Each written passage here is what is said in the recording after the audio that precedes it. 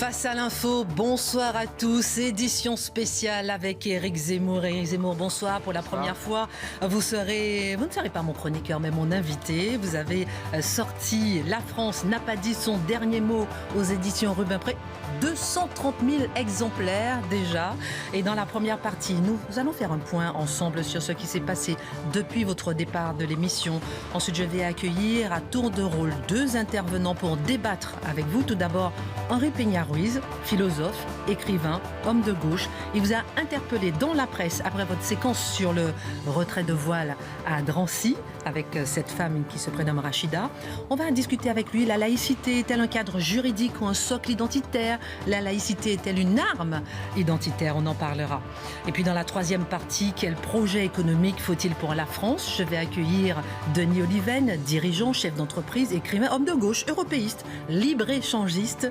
Quelle part du libre-échange dans la désindustrialisation de la France ? On va parler de l'Europe, on va parler des dépenses publiques françaises, on va parler du rôle de l'Europe et puis on va parler aussi du climat. Une petite dernière question qu'on abordera. Jusqu'où la France doit-elle aller pour lutter contre le réchauffement climatique? Et avant de terminer, je vous demanderai une petite conclusion en fin d'émission pour savoir un peu votre mot de la fin. C'est parti, face à l'info.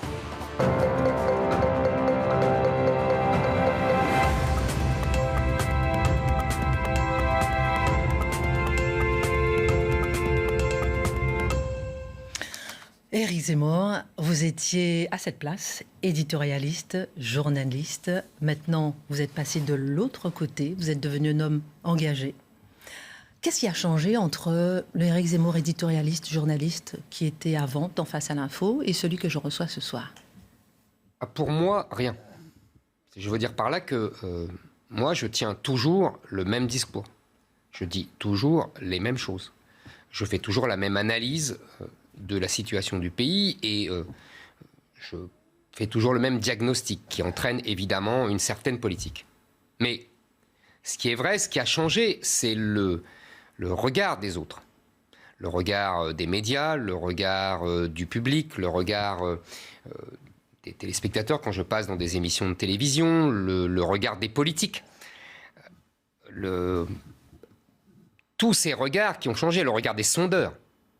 Évidemment, quand on passe en un mois de 5% à 17%, ils sont là à la fois ébahis, admiratifs et en même temps agacés. Donc vous voyez, il y a tout ça qui a changé. Oui, les gens ne me regardent plus de la même façon. Vous, chez vous, rien? Non, mais je veux dire par là, quand je dis rien, je ne parle pas de psychologique. On va parler de psychologique si vous voulez. Je parle du fond des idées. Vous m'avez écouté pendant 2 ans. Franchement, je ne crois pas avoir dit de choses différentes depuis que j'ai quitté l'émission. Simplement, je les ai dit dans un autre contexte, à travers la promotion du livre, à travers des conférences que je faisais dans des salles. Et l'ambiance était différente, il faut être honnête. C'est-à-dire que l'ambiance dans les salles, j'ai déjà fait des conférences depuis des années, j'ai eu d'autres livres. Là, il n'y a pas la même ambiance, je le reconnais volontiers. C'est-à-dire que les gens sont en attente d'une candidature présidentielle, ils sont en attente d'une bataille présidentielle. Il faudrait aussi écouter, mais je pense que vos journalistes sont venus, ils ont entendu ce que les gens me disent après, pendant la séance de signature qui dure 2 heures, 3 heures. Ce sont des gens qui sont à la fois, c'est très paradoxal d'ailleurs, qui sont à la fois désespérés et à qui je donne de l'espoir. C'est ce qu'ils me disent. On va parler de tout ça. Revenons sur ce sondage, justement. Ce sondage à 17-18%, personne ne pouvait imaginer que vous seriez donné au second tour, que vous seriez à ce point dans les sondages. Est-ce qu'on ne peut pas dire que vous avez déjà gagné ? Vous avez imposé vos idées, vous avez rythmé la campagne, vous êtes au cœur de cette campagne présidentielle. Vous avez déjà gagné. Alors, j'ai gagné cette première bataille-là, vous avez raison. C'est-à-dire que, vous savez, je disais toujours, vous vous souvenez, je suis sûr, je disais toujours, celui qui gagne la présidentielle, c'est celui qui impose la question à laquelle il a une réponse. Je devrais préciser aujourd'hui, s'il impose cette question, c'est parce que le pays attend cette question. Et que les autres candidats ne lui parlent pas de cette question. C'est ça que j'ai fait. C'est-à-dire que j'ai dit... de quoi doit-on parler à la présidentielle ? On doit parler de la France, de son destin. Vous savez, la formule du général de Gaulle, parler de la France aux Français. On doit parler de la France, de son destin. Et moi, j'ajoute de de ce qu'elle est en danger de mort. C'est-à-dire que je pense que la France, telle que nous l'avons connue, est en danger de mort. Vous m'accordez que je le disais déjà sur ce plateau quand j'étais votre chroniqueur. Absolument d'accord. Mais aujourd'hui, je le dis effectivement dans un autre cadre. Et les gens entendent, les gens attendaient cela. Je pense que les gens sont conscients de ça, vous comprenez. Il y a... comment vous dire, une impasse politique, il n'y a pas un aveuglement du pays. Une grande partie de la population, vous avez vu ce sondage incroyable, en tout cas pour la classe politico-médiatique, on demande aux Français, est-ce que le grand remplacement est crédible et va arriver ? 67% des Français disent oui. C'est exactement ce que je leur ai dit. Je leur ai dit, si vous continuez, s'il n'y a pas de réveil politique pour la présidentielle, le grand remplacement aura lieu et une autre civilisation prendra la place de la nôtre, de la civilisation qui est française depuis 1000 ans, européenne, fondée sur le christianisme et la culture gréco-romaine. Voilà ce que j'ai dit. Je pense que les gens attendaient cela. Et voilà ce que vous dites effectivement depuis 2 mois. Exactement. Vous avez quitté l'émission. Donc vous êtes en train de me dire que vous avez réussi à imposer et à gagner, on va dire, cette première bataille à cause ou grâce à l'état du pays. C'est horrible ce que vous dites. Vous avez raison. C'est horrible.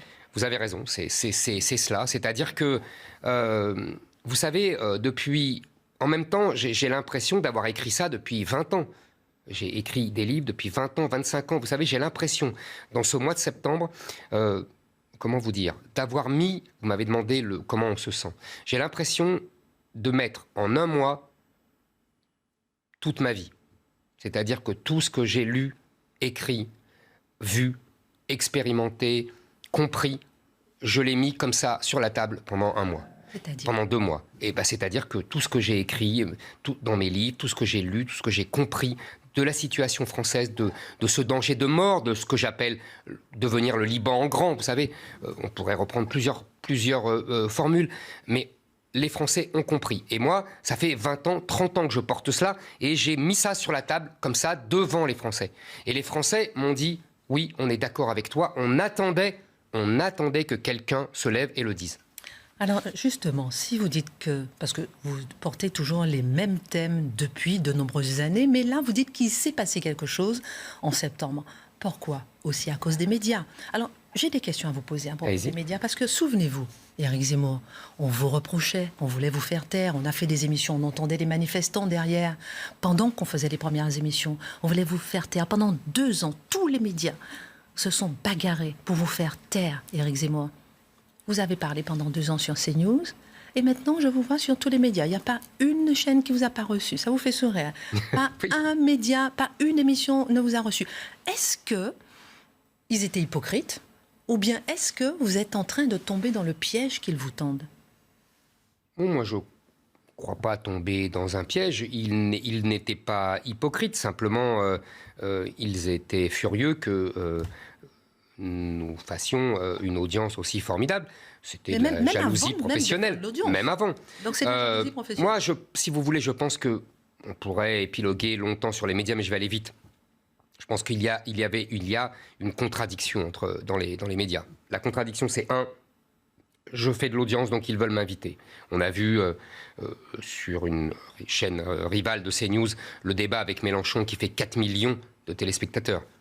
Je pense que sur BFM, ils n'ont jamais vu ça. On a vu aussi les autres chaînes, etc. Bon. Partout où vous passez, la presse écrite. Très bien. Deuxièmement... Le Monde a fait 8 articles sur vous en 8 jours quand vous avez quitté... Les journalistes veulent raconter une histoire nouvelle.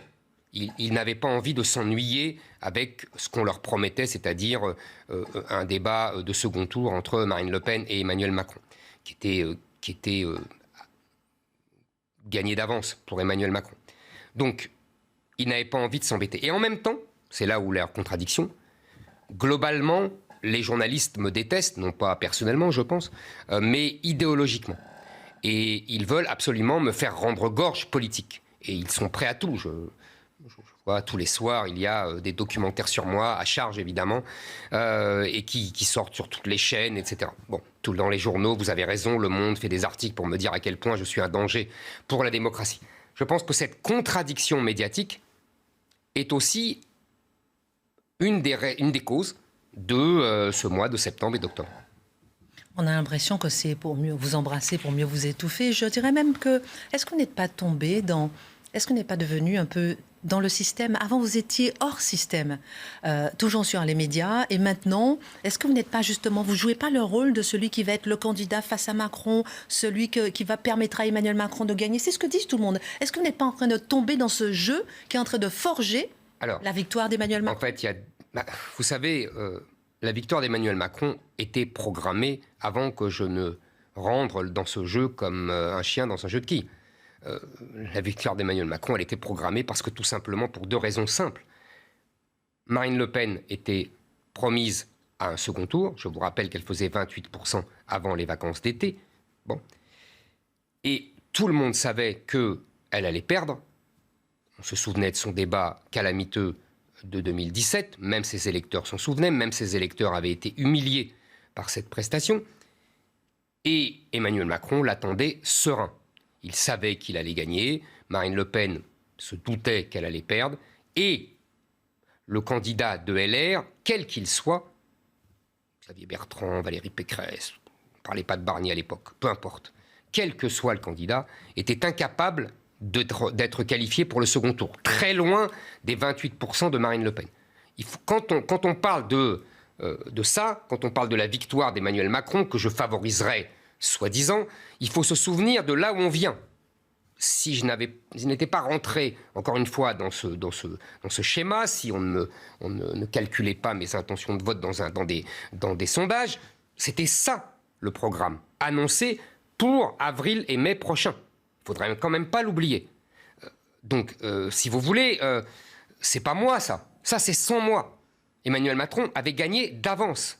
D'ailleurs, vous avez qu'à lire les papiers sur les macroniens. Je lisais les papiers sur les macroniens qui vont interroger les proches d'Emmanuel Macron. Ils savent très bien, eux, la vérité. Ils savent très bien que j'ai mis une dose d'incertitude. Mais vous n'êtes pas tombé dans le système, pour vous. Mais vous savez, moi, je pense que... on tombe dans le système si on parle comme le système. On ne tombe pas dans le système si on ne parle pas comme le système. Alors justement, là, et moi, je ne parle pas comme le système. C'est pour cela d'ailleurs qu'il me le fait payer très cher. On a bien remarqué.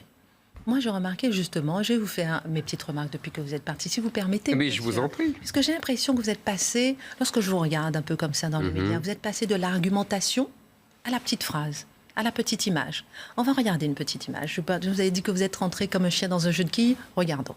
Quelques secondes.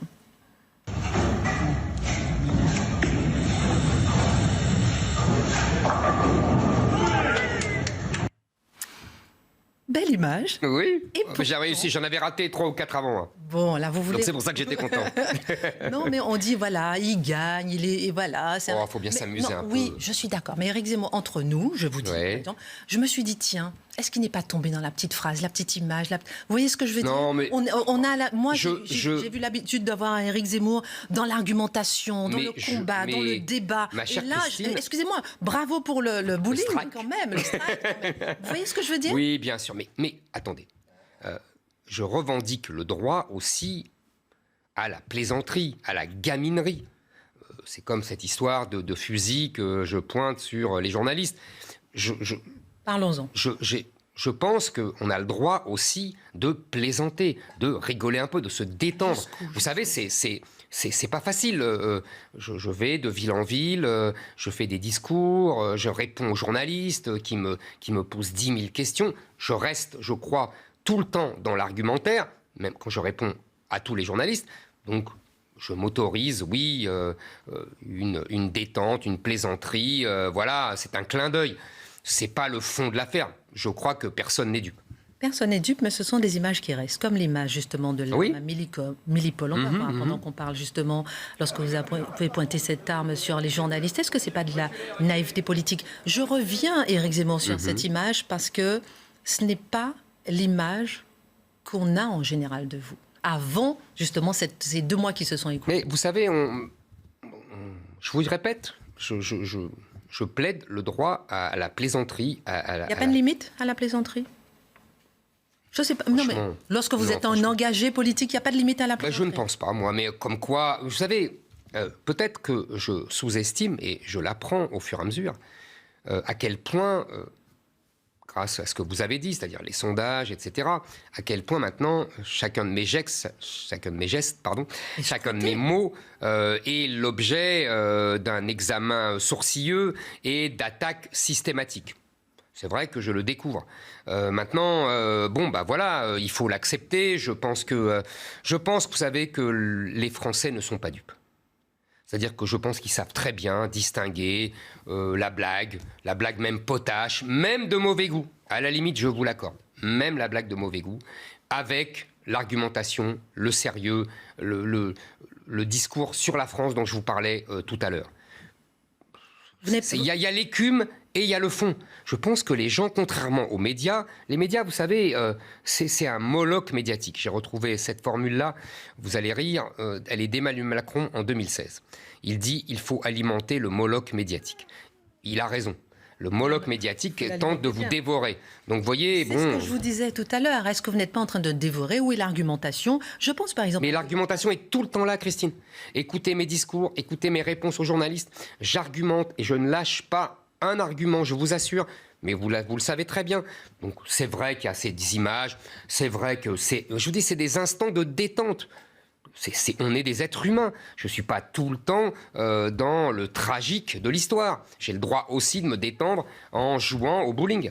Pas dit que vous n'avez pas le droit de détendre. Bon. Je me dis, est-ce qu'il n'y a pas une limite à la détente? Ça, c'est ma question. Et Éric Zemmour, par exemple, lorsque vous dites que vous avez le droit de vous détendre, par exemple, lorsque vous dites Marlène Schiappa, c'est une imbécile, pour vous, là non plus, vous n'avez pas été trop loin? Non. D'accord. Je vais vous dire, j'assume toujours. Vous savez très bien que j'assume toujours mes propos. Et en plus là, en plus là, franchement... c'est Marlène Schiappa qui a lancé la Lali contre moi pour cette image de fusil, pour cette blague de fusil pointé. C'est pas elle qui est sur la liste pour être éventuellement candidate à la présidentielle? Non, pas du tout. Vous, oui. Mais sa réflexion était imbécile, je le maintiens. Elle montait sur ses grands chevaux en disant que je menaçais la liberté de la presse et tout. C'était imbécile, voilà. Vous n'hystérisez pas le débat, comme le dit par exemple la gauche? Regarde. La gauche et tous vos ennemis. Je peux citer? Je vous en prie. Arnaud Montebourg. Il estime que vous n'avez qu'un seul programme, les Arabes à la mer. Il faut faire taire Zemmour. Yannick Jadot. Zemmour, ce petit collabo de salon qui se prend pour un résistant, même pas en rêve. Fabien Roussel, qui veut vous rendre inéligible tous ceux qui ont été condamnés pour incitation à la haine. Ou bien Anne Hidalgo, ou bien encore Olivier Véran, qui vous qualifie d'aventurier, du repli, du rejet, du racisme. Vous n'hystérisez pas le débat? Là, en l'occurrence, ce n'est pas moi. Je suis d'accord, mais est-ce que ce ne sont pas des réactions à votre... Absolument. Si vous voulez, d'abord, je vais vous dire sur ce thème d'hystériser le débat, et je répondrai ensuite plus en détail à tous ces gens. Hystériser le débat, ça veut dire faire monter, si j'ai bien compris, la violence des propos. Moi, je pense que la mort de la France mérite des propos violents. Je considère que, oui, perdre mon pays tel que je l'ai connu dans mon enfance, ne pas pouvoir transmettre mon pays à mes enfants et à mes petits-enfants plus tard, à nos enfants, à nos petits-enfants, ne pas pouvoir transmettre ce pays, le transformer en Liban en grand avec la guerre civile, avec la misère, avec la corruption, allez voir ce qui se passe au Liban. C'est ça notre destin. Ça mérite des mots violents, oui, j'assume. Et des mots durs, oui, j'assume, parce que c'est une question de vie ou de mort pour notre pays que nous aimons. Combien de fois, madame, chère Christine, j'entends des gens qui viennent me dire « Si vous êtes élu président de la République, je ne partirai pas à l'étranger. Si vous êtes élu, mes enfants échapperont à la barbarie. Si vous êtes élu, mes enfants pourront vivre en France comme des Français. » J'entends ça tout le temps. Donc oui, ça mérite des propos violents, parce que c'est notre destin collectif de notre pays et des Français, de nos enfants, qui est en cause. Quand des gens me disent « grâce à vous, peut-être ma fille ne devra pas se voiler, peut-être ma fille ne sera pas agressée », vous voyez, c'est ça pour les gens. Bon. Donc oui, il y a une violence des propos légitimes. Maintenant, je réponds. Vous remarquez que tous ces gens de gauche ne me répondent pas sur le fond. Ou bien En Marche, oui. Ou En Marche, c'est là où je disais justement que vous êtes... Ils ne me répondent pas sur le fond, ils m'insultent. Moi, je n'insulte personne, premièrement. Deuxièmement, qu'est-ce qu'ils font? En vérité, c'est toujours la même chose, c'est le petit théâtre antifasciste. Vous vous souvenez, j'ai raconté ici comment Staline avait inventé ce théâtre antifasciste et comment il avait dit que tout adversaire des communistes devait être traité de fasciste. Je vous ai apporté, j'espère qu'on la montrera à l'antenne, je vous ai apporté cette magnifique affiche de 1958. Je crois même que c'est 1951, avec une image de Forgeron. Par le Parti communiste. Par le Parti communiste. Vous la voyez, le De Gaulle, c'est le fascisme. On peut pas dire mieux. Maintenant, chacun est dans son style. C'est pas un peu facile de se cacher derrière le... Ah, je me cache pas derrière le général de Gaulle. Je veux dire par là que la gauche fait toujours la même chose. Je ne me prends pas pour le général de Gaulle. Je veux dire par là qu'à chaque fois qu'elle a un adversaire dangereux, elle le traite de fasciste. Bon. Maintenant, tous ces gens de gauche qui se révèlent des grands gaullistes devant l'éternel, j'écoutais la grandiloquence grotesque d'Arnaud Montebourg, d'un avocat toujours en quête d'affaires, qui jouait aux gaullistes. Mais M. Montebourg est un gaulliste de bar tabac. M. Montebourg est socialiste. Et les socialistes ont toujours combattu le général de Gaulle. Les socialistes, en 1958, M. Montebourg n'était pas né, criaient que de Gaulle était un fasciste, que de Gaulle était le Duce, Mussolini, que de Gaulle était le général Franco. Ça, c'est les grands frères de M. Montebourg, qui se prend maintenant pour un grand résistant. C'est la Chambre de Front Populaire qui a voté les pleins pouvoirs au maréchal Pétain. Par ailleurs, je rappelle que le général de Gaulle a donné l'indépendance de l'Algérie à l'Algérie parce qu'il ne voulait pas que son village devint Colombey les deux mosquées. Il a écrit, il a dit... regardez les Français et les Arabes, c'est comme l'huile et le vinaigre, vous les mettez ensemble, après ça se sépare. Il a dit, est-ce que M. Montebourg est gaulliste? Est-ce que M. Montebourg est l'adversaire du général de Gaulle? Est-ce qu'on est dans la même situation aujourd'hui, dans la société, Éric Zemmour? Est-ce qu'il n'y a pas une limite peut-être à certains propos? C'est une question que je vous pose. Une limite à certains propos, puisque c'est ce qu'on vous reproche, d'aller trop loin dans vos propos, d'hystériser. Je comprends ce que vous dites et j'entends bien lorsque vous dites qu'on vous traite de fasciste. J'entends bien que c'est révoltant. Après, est-ce qu'il n'y a pas... Je prends l'exemple de Donald Trump. Donald Trump qui n'a pas été réélu. Est-ce qu'il n'a pas un peu déçu son courant de pensée en ayant des mots justement parfois trop violents? Je ne pense pas du tout. Je pense que les électeurs, tous ceux qui pensent que, par exemple, les 67% de gens qui pensent que le grand remplacement va avoir lieu, tous les 63%, je crois, dans le même sondage, qui pensent que l'islam est un danger pour la France, tous ces gens-là en ont assez de se faire insulter, de se faire menacer, de se faire intimider par des professionnels de l'entourloupe, comme M. Montebourg, ou des communistes qui ont sur la conscience des centaines de milliers de morts et qui osent donner des leçons encore aujourd'hui. En plus que M. Roussel est l'héritier de M. Marchais, qui, il y a 40 ans, parlait exactement comme moi. Vous voyez, ça m'amuse beaucoup, tout ça. Donc, non, je ne pense pas que, au contraire, je pense que les gens sont contents quand je suis dur avec tous ces, tous ces agents de la disparition de la France. Je ne serai jamais assez dur avec eux. Et je pense que les Français seront toujours heureux que je sois dur avec eux parce qu'eux, ils ne peuvent pas être durs. Et ils souffrent depuis 30 ans, depuis 40 ans. Ce sont eux qui vivent les drames et les ravages causés par l'immigration de masse que nos pseudo-élites ont encouragés et ont favorisés et ont en tout cas subi. Bon, donc, Éric Zemmour. Et Trump, je ne pense pas du tout qu'il a payé la violence de ses propos. Voilà. Il a payé d'autres choses. Je vous avais déjà posé sur le plateau, est-ce que vous êtes raciste? Moi j'entends raciste, xénophobe, mais vous recevez, là même aujourd'hui, vous recevez un raciste, un xénophobe, un homophobe, enfin je sais pas quoi, c'est vous savez, ma chère Christine, les mots, il ne faut pas vous laisser avoir. Ah non, les mots ne veulent plus rien dire. C'est-à-dire? Raciste, qu'est-ce que c'est raciste? On en avait déjà parlé, je m'en souviens très bien. Un raciste, c'est celui qui considère qu'il y a une hiérarchie des races et que chaque être a une intelligence, une utilité en fonction de sa couleur de peau ou de sa race. Je rappelle d'ailleurs que le concept de race est au départ un concept scientifique ou pseudo-scientifique de militants de gauche progressistes au XIXe siècle qui veulent détruire l'image universelle du catholicisme. Vous savez, nous sommes tous fils d'Adam et Ève. Faut pas oublier ça. Donc vous vous défendez d'être... Et donc, moi, je ne pense pas qu'on soit supérieur parce qu'on est blanc, noir, jaune, etc. Donc je ne suis pas raciste. Et je dirais autre chose. Le racisme aujourd'hui, qu'est-ce que c'est devenu dans leur vocabulaire? C'est devenu simplement vouloir défendre sa culture, son identité, ses mœurs. Et je m'appuierai sur le plus grand anthropologue français du XXe siècle, Claude Lévi-Strauss, qui, vous savez très bien, c'est à lui que l'UNESCO, en 1945, après la guerre et après les drames du nazisme, avait demandé un texte qui s'appelait Race et Histoire sur le racisme.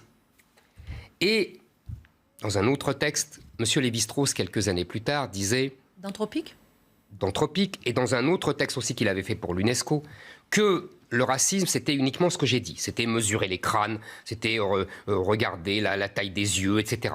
Mais que on avait, chaque culture, je cite M. Lévi-Strauss, chaque culture avait le droit de rester sourde aux valeurs de l'autre. Chaque culture a le droit de défendre sa spécificité, ses mœurs, son identité. Ce n'est pas du racisme, ça. C'est au contraire pour le bien de l'humanité, pour le respect de la diversité dont on nous rebat les oreilles tout le temps. Eh bien, si vous voulez, la diversité humaine, c'est aussi que la France reste la France, parce que c'est comme ça qu'elle apporte au monde. C'est pas en devenant un 51e État islamique. Non, en restant la France, elle apporte au monde beaucoup plus. Il y a un décalage quand même, Éric Zemmour, entre ce que vous dites là, par exemple, et l'image qu'on a de vous. Il y a un décalage, par exemple... Non, mais c'est vrai. Par exemple, quand vous expliquez, il y a un décalage entre les musulmans qui se sentent véritablement agressés par vous, et lorsque je vous entends, cette petite musique, dire que vous n'avez rien contre le musulman, vous avez contre l'islam. Alors, on aurait beaucoup de choses à dire, mais... Henri Pignarus viendra vous attaquer un petit peu sur la laïcité, et sur l'économie, on parlera tout à l'heure. En revanche, on vous traite aussi de misogyne. Je veux parler un petit peu des femmes. Ça vous fait sourire, mais regardez. Oui, parce que c'est tellement stupide, mais je vais vous répondre, bien sûr. Par exemple, là, depuis 2 jours, sur les réseaux sociaux de ceux qui vous soutiennent, on a vu des images, on va les voir, des images de femmes qui soutiennent Éric Zemmour. J'ai regardé, je crois que c'est cette vidéo que j'ai regardée, 28 femmes dans cette vidéo disent soutenir Éric Zemmour. On dirait vraiment que là, il y a un comble, un fossé à combler, que vous avez quelque chose à vous reprocher. Non, je pense vraiment pas... En tout cas, vous n'arrivez pas à vous faire entendre ou comprendre des femmes. C'est 25 millions d'électrices, 52% des électeurs sont des femmes. Non, d'abord vous exagérez. C'est-à-dire vous exagérez. C'est-à-dire que je vous dis que je n'arrive pas à me faire entendre des femmes, c'est faux. Il y a beaucoup de femmes, vous savez, vous devriez me suivre dans la rue, vous verriez, il y a beaucoup de femmes qui m'arrêtent et qui me disent « vous avez raison, continuez, on est avec vous » etc. Alors, c'est 2 femmes sur 3 dans le sondage de Elle qui disent qu'elles ont peur pour leurs droits si jamais vous arrivez au pouvoir. C'est qui ? Ce sont des femmes qui sont, je pense, victimes de la propagande contre moi. Je ne compte pas enlever le moindre droit aux femmes, au contraire. Je pense que c'est moi qui protège le mieux les femmes. C'est-à-dire ? Oui, c'est-à-dire que tout simplement, soyons sérieux. Tout est parti d'un livre, il y a 15 ans, qui s'appelait Le Premier Sexe, dans lequel j'écrivais 2 choses, essentiellement. Je vous fais vite, évidemment, un résumé. 1, je regrettais la dévirilisation des sociétés, c'est-à-dire le fait que les valeurs féminines prennent le pas sur les valeurs masculines, et je pense qu'il y avait un déséquilibre qui était rédhibitoire pour notre société, et surtout, je dénonçais d'avance, avec 15 ans d'avance, l'évolution du mouvement féministe vers une volonté d'indifférenciation, le fait qu'on voit bien ce que c'est devenu aujourd'hui, c'est-à-dire la fameuse théorie du genre, qui explique que le biologique ne compte pas, que vous n'êtes pas une femme, je ne suis pas un homme, qu'un jour vous pouvez être homme et qu'un lendemain vous pouvez être femme, et moi aussi. Moi, je pense que le biologique est déterminant, même si je ne sous-estime pas évidemment la force du culturel, comme elles disent, mais je pense qu'un homme n'est pas une femme et qu'une femme n'est pas un homme. C'est tout ce que j'ai dit. Ça ne veut pas dire que Vous êtes encore incompris, Éric Zemmour, c'est ça. Non, mais c'est normal parce que vous avez vu la machine... Mais vous avez raison, je suis en partie incompris parce que vous avez vu la machine de propagande contre moi. Je ne compte pas, je le dis là ici, je ne compte pas enlever le moindre droit aux femmes. Ce n'est pas dans mon esprit. Et je pense que les hommes et les femmes sont égaux, ont les mêmes droits, ont le même droit à avoir évidemment des études, un travail, ce qu'elles veulent. Évidemment, je ne suis pas là pour enlever le moindre droit. Mais je voudrais dire quelque chose. Je pense qu'aujourd'hui, parce que cette querelle-là, c'est une querelle intellectuelle, ça m'amuse d'ailleurs parce que j'avais lu il y a quelques années le livre d'un livre de Léon Blum, oublié aujourd'hui, qui s'appelait Du mariage. Et dans ce livre, on était dans les années 20, il proposait que les femmes aient la même vie que les hommes. Sexuelle, libre avant le mariage que les hommes. Ça avait fait un scandale incroyable. On l'avait traité de pornocrate, etc. Et en 1936, pendant la campagne, il est arrivé au pouvoir avec le Front populaire, on lui reprochait encore ce texte. Donc ça m'amusait parce qu'il y avait, vous voyez, voilà, il m'arrive la même chose. Parce que je veux dire que les choses ont évolué depuis 15 ans. Aujourd'hui, qu'est-ce qui menace les femmes? Qu'est-ce qui menace leur liberté? Qu'est-ce qui menace leurs droits? Qu'est-ce qui veut les mettre sous une bâche qu'on appelle un voile ou un hijab? Qu'est-ce qui veut les renvoyer à la maison? Qu'est-ce qui les menace, qui leur crache dessus, voire qui les frappe quand ils sont en jupe dans les quartiers de banlieue et islamisés? Ce n'est pas moi. Au contraire, moi, je suis le seul adversaire de ces gens-là. Et je voudrais dire que les complices de ces gens-là, les alliés de ces gens-là, ce sont justement les féministes qui hurlent au racisme dès qu'on leur montre la réalité. Ce sont les Clémentine Autain et autres, toutes ces féministes qui sont les alliés des ennemis des femmes. En vérité, moi je pense qu'il faudrait émanciper les femmes du féminisme. Je ne désespère pas, là, dans les mois qui viennent, de les convaincre. Je suis sûr de pouvoir les convaincre. Il y a encore du travail, je crois. Mais je suis là pour ça. On va faire une petite page actualité avant de passer à juste un peu des réactions sur l'actualité, puisque j'ai vu que vous n'avez pas, je crois, réagi à Sophie Petronin, ex-otage, puis libérée il y a 1 an en échange de 200 djihadistes. Elle est retournée au Mali. Son fils dit ne pas comprendre la polémique, où elle est jugée irresponsable. Je ne vous ai pas vu réagir. Sophie Petronin, responsable, irresponsable? Je pense qu'au moins, elle est cohérente.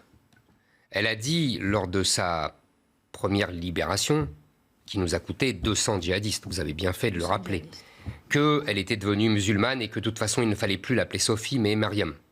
Vous vous souvenez qu'elle s'était convertie à l'islam. J'y vois la confirmation de tous mes dires. Cette femme, manifestement, est devenue musulmane et elle n'est pas l'otage des djihadistes, mais leur ami et leur allié. Libre à elle.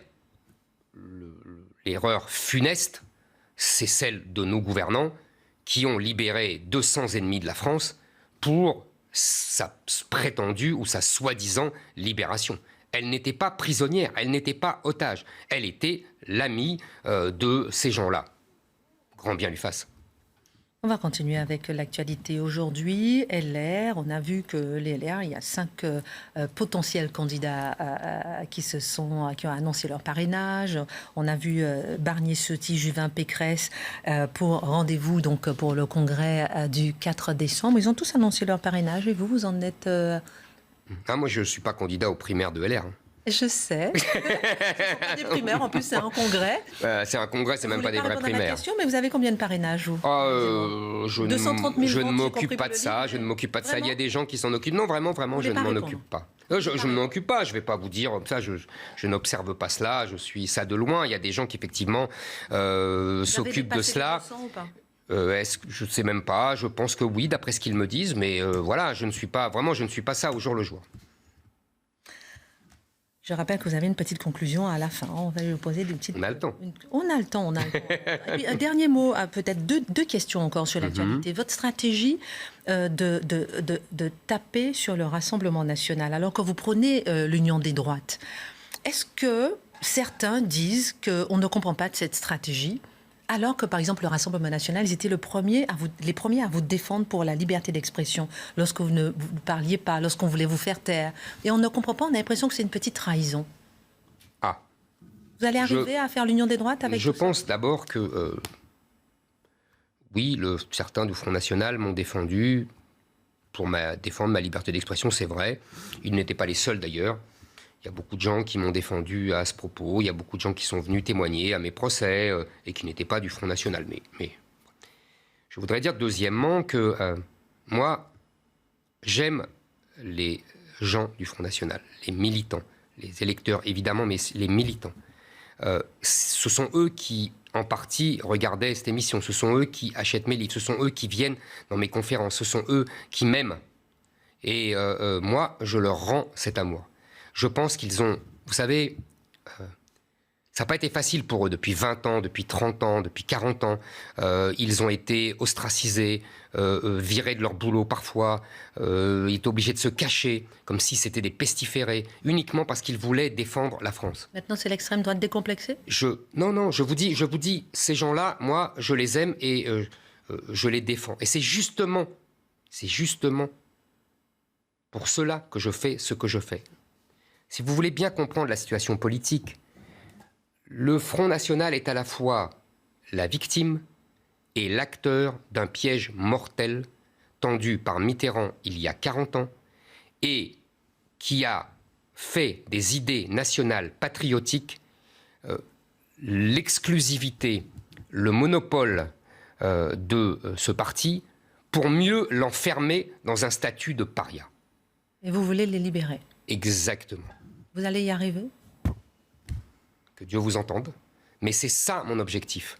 C'est les libérer pour leur donner enfin la possibilité de défendre leur pays efficacement.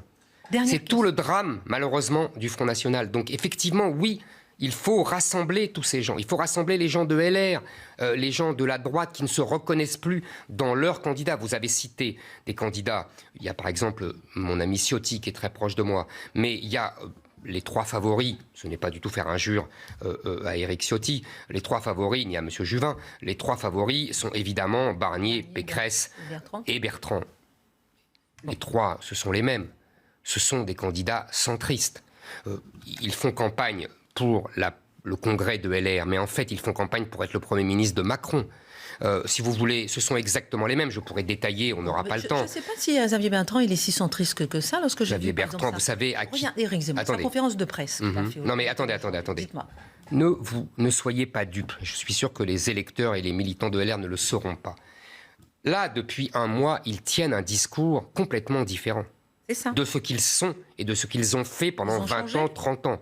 Monsieur Xavier Bertrand a quitté LR parce qu'il trouvait que la ligne conduite par Laurent Wauquiez était trop à droite. Là, il a fait une conférence de presse aujourd'hui sur l'immigration. Il a dit qu'il va faire un référendum sur l'immigration à l'automne 2022. Il a dit qu'il y a triple frontière, qu'il mettra 3 frontières. Oui, mais bien sûr, il va tout inventer là. Et la frontière nationale. Écoutez, votre réaction sur c'est très bien. Je suis ravi. Ils viennent tous parler d'immigration parce que j'en parle. Ils viennent tous parler de cela. Même M. Barnier ose dire qu'il faut supprimer le regroupement familial et qu'il faut faire une espèce de bouclier constitutionnel contre le droit européen. M. Barnier, commissaire européen pendant des années, qui a défendu l'Europe fédérale. J'ai connu M. Barnier il y a 30 ans dans les réunions du RPR. Il se faisait houspiller, insulter. Donc vous faites bouger les lignes.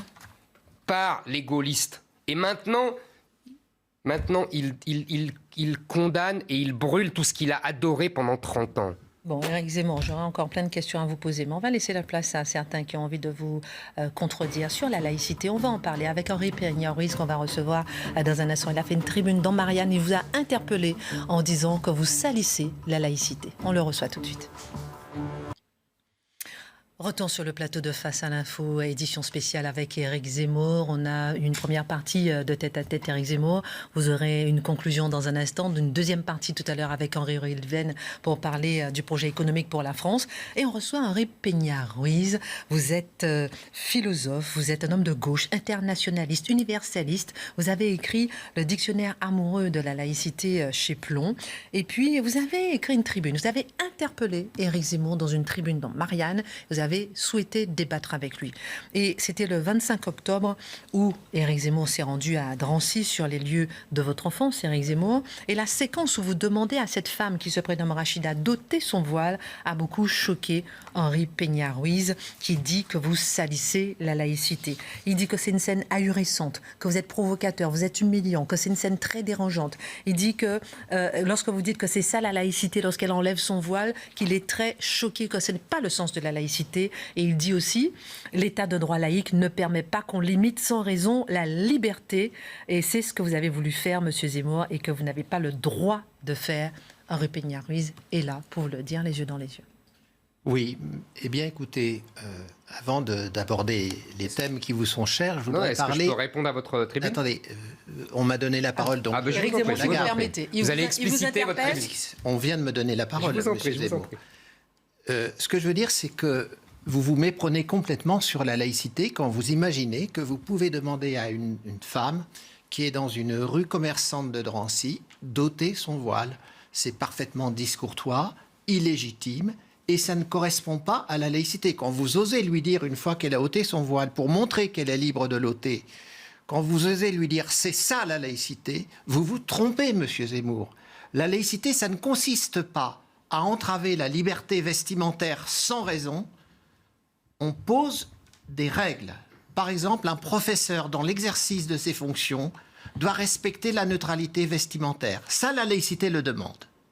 Par exemple, si on encadre des personnes dans le cadre d'une fonction que l'on a auprès d'elles, on doit respecter la laïcité. Quand vous prétendez que faire enlever à une femme son voile dans la rue, c'est ça la laïcité, vous vous trompez. En plus, quand je dis que vous salissez la laïcité, je voudrais l'expliquer. Vous ne permettez pas que je... Non mais attendez, je ne croyez pas que c'est plus efficace de répondre maintenant et après vous... Je veux argumenter. Pourquoi est-ce que je dis que vous salissez la laïcité? Parce que vous en donnez une version liberticide. Or, la laïcité, ce n'est pas la destruction de la liberté. C'est effectivement la règle qui permet à des personnes de toute confession, de toute conviction spirituelle, qu'elles soient athées ou agnostiques ou croyantes. D'ailleurs, il y a un sondage récent qui montre que les athées et les agnostiques sont majoritaires en France. Alors, la France n'est plus la fille aînée de l'Église, il faut le savoir. Eh bien, la laïcité permet à des personnes de toute conviction de coexister pacifiquement. Et ce n'est pas la guerre, c'est la paix qu'elle permet. Qu'est-ce que la laïcité? Soyez gentil, j'aimerais bien pouvoir répondre à plusieurs choses, donc j'ai un peu besoin de temps. Premièrement, sur les images, je pense que tout le monde les a vues, moi je les ai vécues, je ne vois pas où vous avez vu une injonction, de la violence, etc. Je n'ai absolument rien imposé à cette femme. C'est elle qui m'a dit, parce que je lui ai dit que son voile, elle ne devrait pas mettre son voile dans la rue, elle m'a dit, eh ben, si vous voulez, je l'enlève, mais est-ce que vous enlèveriez votre cravate? Et je lui ai dit, mais bien sûr. En fait, cette femme voulait me démontrer que le voile était un morceau de tissu comme un autre, comme une cravate, comme une chemise. Et qu'elle décidait. C'était les deux choses qu'elle voulait démontrer. La vérité, c'est que sa démonstration était fausse de but en blanc. Un, évidemment qu'un voile, ce n'est pas une cravate, puisque c'est un signe religieux. Deux, évidemment qu'elle ne décidait rien, puisqu'elle disait elle-même que c'était sa foi qui lui ordonnait de faire cela. Et trois, il n'y a eu qu'à voir sur les réseaux sociaux les insultes, les menaces de mort que cette pauvre femme a subies de la part d'autres musulmans pour lui signifier qu'elle n'est absolument pas libre ni de le mettre ni de l'enlever. Enfin, là où vous vous trompez, c'est que je n'ai rien imposé. Il n'y a pas eu de violence. D'ailleurs, cette dame m'a trouvé très sympathique. J'ai vu ça chez Hanouna après. Maintenant, sur le fond, la discussion est plus importante. Vous dites, la laïcité, ce n'est pas imposer quelque chose, ce n'est pas liberticide, c'est uniquement la liberté religieuse et le moyen de coexister. Vous avez parlé de liberté religieuse. Bon, moyen de coexister. D'abord, vous oubliez simplement que la laïcité a d'abord été une arme politique, une arme de guerre contre l'Église et contre l'influence de l'Église. C'est archi vrai. C'est archi vrai. Il n'y a eu aucune violence contre l'Église, mais vous racontez n'importe quoi. Aucune violence, ok. Il n'y a pas eu de violence. Alors on va parler de violence. Ok, monsieur Pénoriz. Citez-moi un exemple de violence en 1905. Vous voulez que je vous cite les congrégations expulsées Manu Militari par l'armée? Pas Manu Militari. Vous voulez que je vous cite les biens les inventaires avec l'armée, monsieur Pénoriz? L'armée. Est-ce que vous savez que les congrégations... Laissez-moi parler. Que pensez-vous des bûchers de l'Inquisition? Quel rapport? Qui a fait les bûchers de l'Inquisition, sinon l'Église catholique? On peut pas parler de tout, là. Là, si, mais on va parler de l'Inquisition, ne vous inquiétez pas. Ça a été une vraie libération. Vous inquiétez pas. L'un après l'autre, pour qu'on puisse bien suivre le débat. Là, on est à la fin du 19e siècle. D'accord. Au début du 20e. Et le pouvoir républicain persécute des chrétiens, expulse des congrégations à l'étranger. Moi, je ne le récuse pas, c'est moi qui choisis mes mots. Vous avez le droit de ne pas être d'accord. Et envoie l'armée pour faire l'inventaire des congrégations. Et la laïcité... Laissez-moi finir. Alors, la laïcité, ce fut une arme de guerre assumée à l'époque. Il n'était pas aussi tendre que vous. Voyez, il n'était pas aussi hypocrite que vous. La laïcité, quand le député socialiste... Si vous insultez, on ne continue pas le débat. L'hypocrisie, c'est quoi? Vous m'insultez pas dans votre texte. Et moi, je ne dis rien. Et moi, je ne dis rien. Non. Allons, monsieur, vous m'insultez en parlant d'hypocrisie. Je veux dire par là que vos ancêtres républicains assumaient... les ancêtres républicains, vous vous sentez l'héritier de ces républicains qui ont fait la loi de 1905, oui ou non? Donc c'est pas une insulte que de dire vos ancêtres républicains. Bon. Eux disaient, nous voulons éteindre les lumières dans le ciel. Eux disaient qu'ils voulaient abattre le cléricalisme. Le cléricalisme, voilà l'ennemi, souvenez-vous. Eux n'avaient pas honte. La laïcité, la laïcité a été une arme de guerre contre l'influence de l'Église. Et donc, pour vous expliquer, je vous ai laissé parler longuement. Attendez. Combattre le cléricalisme, ce n'est pas combattre la religion, monsieur Zemmour. La religion, quand elle est vécue comme une foi sincère qui n'engage que les croyants, est parfaitement respectable. Le cléricalisme, c'est tout à fait autre chose. C'est la volonté d'exercer un pouvoir. Moi qui suis d'origine espagnole, je peux vous dire ce que c'est que le cléricalisme en Espagne. Quand l'évêque de Burgos disait « Bénis soient les canons, si dans les brèches qu'ils ouvrent fleurit l'Évangile ». On n'est pas en Espagne. Attendez, on est en France, les bûchers de l'Inquisition ont existé. Au Moyen-Âge, monsieur. Attendez. Au Moyen-Âge, contre les cathares. Pas seulement, monsieur, pas seulement. Servet qui a été brûlé vif, Giordano Bruno qui a été brûlé vif. Écoutez, la religion est respectable, le cléricalisme ne l'est pas. La volonté de pouvoir des religions est quelque chose de mortifère. Vous savez bien que l'Église a censuré la science. Giordano Bruno brûlé vif. Galilée est obligé d'adjurer le mouvement de la Terre. Mais en même temps, c'est lui qui était protégé par le... Vous êtes un peu schématique dans votre histoire, mais c'est pas grave. Bon, maintenant, la laïcité, c'est le principe qui permet à des croyants, des athées et des agnostiques de vivre ensemble. Ça, vous l'avez déjà dit. Sur la base du fait que la République promeut le bien commun à tous et qu'elle n'a pas à privilégier la religion. Et c'est cela à quoi on a mis un terme en 1905. C'est ça que vous voulez. Éric Zemmour, ce que je ne comprends pas, c'est pourquoi autant de débats jusqu'à maintenant sur la laïcité, pourquoi autant de débats autour du voile, pourquoi autant d'incompréhension autour de la laïcité. Pourquoi la laïcité, il dit par exemple que vous l'utilisez comme une arme identitaire. Mais non.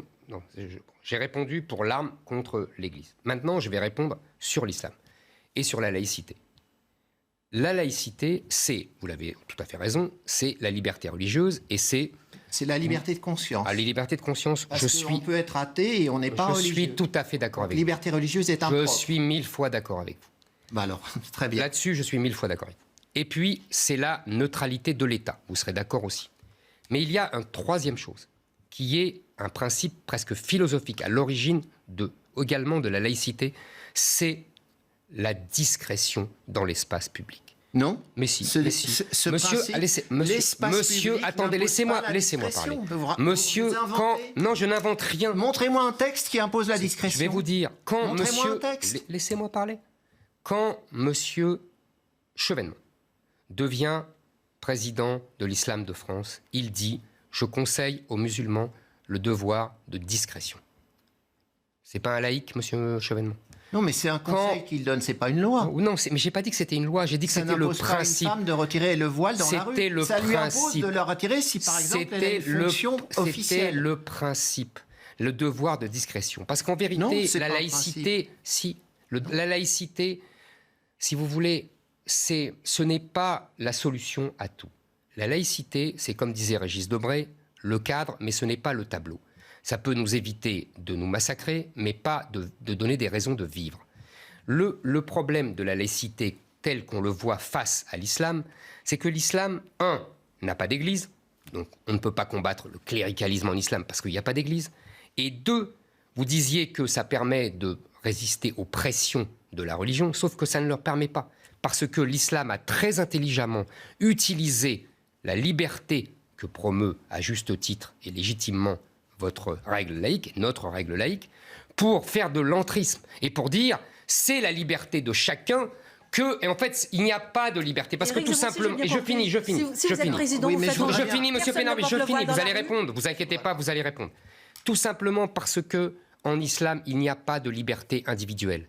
Vous savez, monsieur Renan, je finis, je cite ma phrase de Renan et je vous laisse parler. Ernest Renan, qui n'était pas un type d'extrême droite. C'est un homme d'un autre temps, selon mais c'est un républicain. Oui, mais c'est un homme d'un autre temps. Non, pas du tout. C'est un républicain qui connaissait. 1882, ça. Et alors, il a tort. Et donc, Voltaire a tort aussi quand il attaque l'Église, parce que c'est un homme d'un autre temps. Votre argument. Bon. Alors, mon argument est simple. Quand vous dites c'est révolu, non, c'est pas révolu. Non, monsieur Renan, Ernest Renan, grand républicain et grand spécialiste des religions et de l'islam en particulier, disait, dans une conférence d'ailleurs de 1883, l'islam est l'union indiscernable du spirituel et du temporel, c'est le règne d'un dogme, c'est la plus lourde chaîne que l'humanité ait jamais portée. Éric Zemmour, ma question, avant de vous donner la parole, juste un instant. Éric Zemmour, si un jour vous êtes président de la République, ça veut dire que vous interdisez de porter le voile même dans la rue à tout le monde ? Je pense qu'il faut interdire le voile, de porter le voile dans la rue, dans tous les services publics, dans toutes les entreprises. Même pour marcher dans la rue. Bon, alors, je voudrais répondre sur dans la rue. Renan peut se tromper. Ah, Renan peut parfaitement se tromper. Ah, bah oui. Bon, alors, ce que je voudrais vous dire maintenant... Je pense qu'il connaissait beaucoup mieux l'islam que vous et moi. Attendez. Vous faites un amalgame, monsieur Zemmour. Vous procédez par amalgame. Vous amalgamez l'islam à l'islamisme. C'est une grave erreur. Il y a des milliers de musulmans en France qui vivent leur religion de façon parfaitement paisible. Vous n'avez pas le droit de disqualifier... Bon, je vous interdis de dire de quoi j'ai le droit. Vous n'avez pas le droit de disqualifier toute la communauté des musulmans sous prétexte qu'il y a une minorité, effectivement, que je combats comme vous, d'islamistes qui veulent imposer leur point de vue. Donc, arrêtez avec vos amalgames. Tout à l'heure, je vous ai entendu dire « toute la gauche fait ceci ». Mais de quel droit traitez-vous toute la gauche en faisant un amalgame? De quel droit on me traite de fasciste? Non, mais attendez, moi je vous ai jamais traité de fasciste. Non, mais... Arrêtez. Mais vous dites d'extrême droite. Vous dites d'extrême droite dans votre texte. C'est la même chose.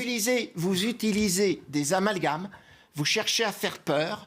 Vous avez une vision apocalyptique du grand remplacement. Il y a 67,5 millions de Français en France.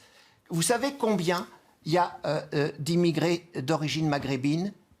8,7%. C'est-à-dire à peu près 6 millions. Comment pouvez-vous dire que 6 millions... Ça fait 30 ans qu'on sort ce chiffre. Comment pouvez-vous dire que 6 millions de personnes vont remplacer 67,5 millions de personnes? Ben, écoutez, vous voulez faire peur. Monsieur vous Pénarby. gouvernez les esprits à la peur. Et ça colle pas. Les esprits. Ça colle pas. Ça colle pas. Éric Zemmour vous répond. Cette histoire du grand remplacement, c'est un fantasme. Ben, il ne faut pas faire peur aux Français. Il y a 67% des Français qui pensent que ce n'est pas un fantasme. Ne vous en déplaise, monsieur Pénarby. Attendez, ils peuvent être 67, mais ils se trompent comme monsieur Renan. Non, voyons. Je vous dis simplement les chiffres. Non, moi aussi je vous dis les chiffres. Moi aussi je vous donne des chiffres. Moi aussi. Et 8,5 millions d'immigrés d'origine maghrébine et qui ne sont pas tous islamistes. Je le rappelle, il faudra arrêter de faire de l'amalgame. Éric Zemmour vous répond. D'abord, je pense, moi, que l'islam et l'islamisme, c'est la même chose. Ben, vous avez tort. Monsieur, je vous citais... Les catholiques et les bûchers de l'Inquisition, c'est la même chose. Je peux vous pas répondre ou pas? Est-ce que je peux vous Henri répondre? Peña-Ruiz, on a bien compris vos questions, on les a bien notées. D'ailleurs, dans cette conférence dont je parlais, de M. Renan, en 1883, s'appelle « L'islamisme et la science ». Et ensuite, il parle de l'islam. Parce qu'en fait, il y a 30 ans, les deux mots étaient étroitement synonymes. Deuxièmement, en revanche, je fais une grande différence entre l'islam et les musulmans. Les musulmans peuvent très bien avoir une pratique, une approche modérée de l'islam. Mais, comme disait mon vieil ami Malek Chebel, malheureusement défunt, dans ce cas-là, ils sont modérément musulmans. Et c'est bien ce qu'on a vu avec cette histoire de voile. Comment cette pauvre femme s'est faite insulter et menacer de mort parce qu'elle osait prétendre qu'elle avait la liberté d'enlever le voile. En vérité, il n'y a pas de liberté d'enlever le voile en islam. Menacés de mort, c'est pas l'ensemble des musulmans. Ce sont des islamistes, en tout cas, ce sont les seuls qui se sont exprimés. Non, mais il faut arrêter. Et que, deuxièmement, il y a une chose très simple. Mais d'abord, moi, je ne connais pas de communauté. Je ne connais que la communauté nationale. Le mot de la fin, et qu'une communauté nationale. Et je vous rappelle qu'il y a une chose très simple. Monsieur Mélenchon lui-même disait jadis, qu'est-ce que le voile? C'est de l'auto-stigmatisation. C'est pour permettre de se stigmatiser ensuite. C'est un signe politique, politico-religieux, parce que tout simplement, l'islam est une religion politico-religieuse. C'est la charia qui veut imposer des règles politiques, juridiques, sociales à tous.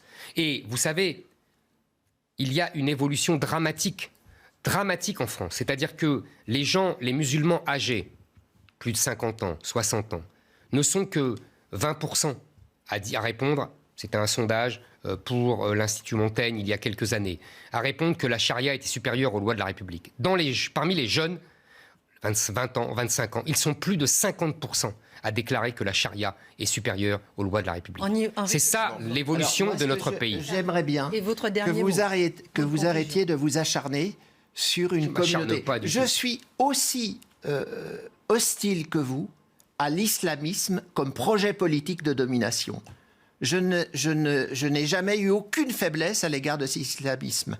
Mais je n'accepte pas que l'on fasse un amalgame entre l'immense majorité des musulmans et l'islamisme. Vous permettez, monsieur, je ne vous ai pas interrompu. Donc, vous l'avez déjà dit. Non, s'il vous plaît, arrêtez de faire du métadiscours pour commenter ce que je vous raconte, quand ça vous déplaît. Je n'aime pas cet amalgame que vous faites. Tous les gens de gauche sont pareils. Les musulmans sont tous proches de l'islamisme. Vous avez dit vous-même que vous ne faites aucune distinction entre l'islam et l'islamisme. Moi, je la fais, parce qu'il faut la faire. Vous savez, les trois monothéismes ont eu leurs extrémistes. L'Église catholique a eu ses extrémistes qui voulaient brûler les hérétiques. Et ils brûlent les hérétiques aujourd'hui, M. Pénarvis. Non mais alors, faut arrêter là, 2 minutes là. Ils brûlent les hérétiques aujourd'hui là. Ils décapitent les gens dans la rue quand ils font des caricatures de Jésus-Christ. S'il vous plaît. Non mais répondez à ma question. Est-ce qu'ils décapitent les gens dans la rue parce qu'ils font des caricatures de Jésus-Christ? Alors arrêtez un peu votre cirque et cette comparaison ridicule. L'Église a été obligée d'accepter la laïcité.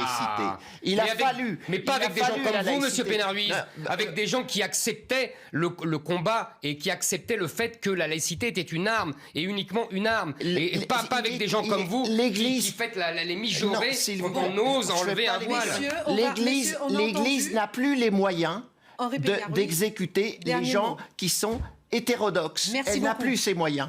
Parce que le combat laïque les lui a ôtés. On vous a entendu. un jour ça arrivera aussi. Ah oui, un jour. L'islamisme. On sera tous morts. Alors, Mais arrêtez, doucement.